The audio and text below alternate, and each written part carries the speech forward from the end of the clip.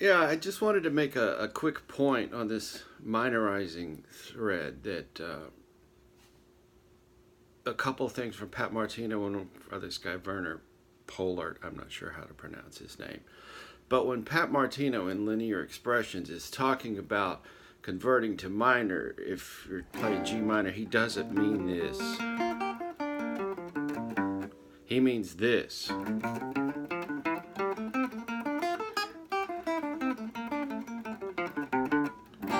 It's what he calls an activity. It's not a scale and it's not an arpeggio, but it's associated with this shape. And this shape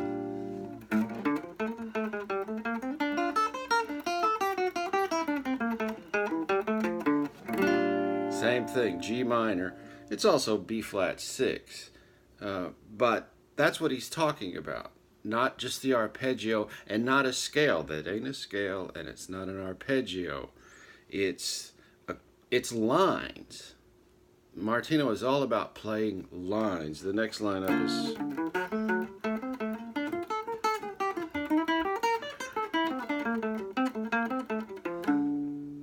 and the next one up is, what do we do?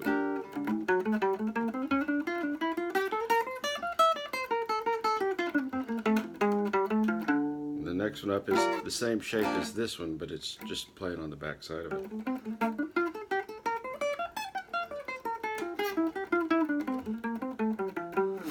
Now this other guy, Poehlert, P-O umlaut H-L-E-R-T. I don't know how to pronounce that. But let's say Poehlert. Somebody tell me. Somebody help me, please. He's talking about D minor. And one of the things he does, he talks about this Z shape, which is on the fingerboard on the guitar. He has a lot of diagrams for piano. I don't pay him a lot of attention because I don't play the piano. And he has things where he lines them up for horns, single tone instruments. But he also has things specific to the guitar. He played the guitar and the piano too, I guess. Anyway, so if you have D minor in what he calls the D minor 7 mediant in B flat major 7. So this is a big difference. Oh, never mind. This is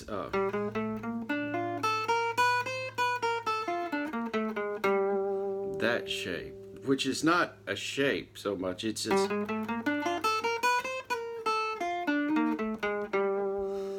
that's the kind of thing he's talking about. He's not just talking about playing a D minor chord or a D minor 7 arpeggio or even the scale of D minor 7, which would be the C major scale if D minor is a 2-chord running D to D. Neither one of these guys are taking a scale first approach. And if you take what they say and you're coming from a sort of a scale first or arpeggio first, it's easy to misinterpret.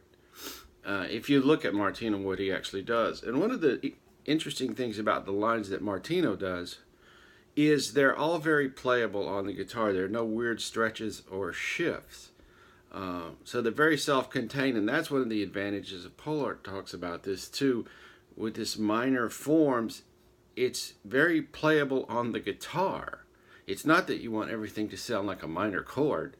It doesn't.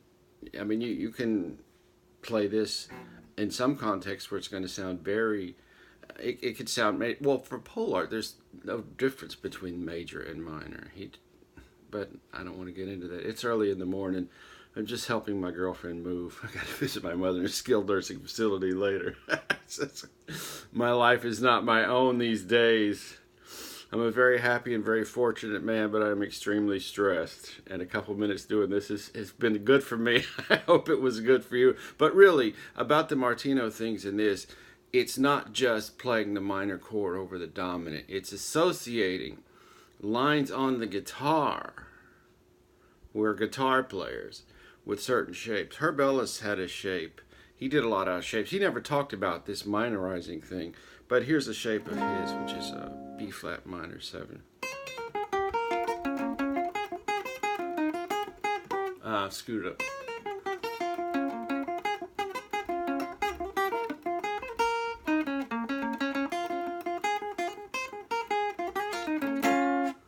Well, that's pretty ratty, but you get the idea, and that's for him.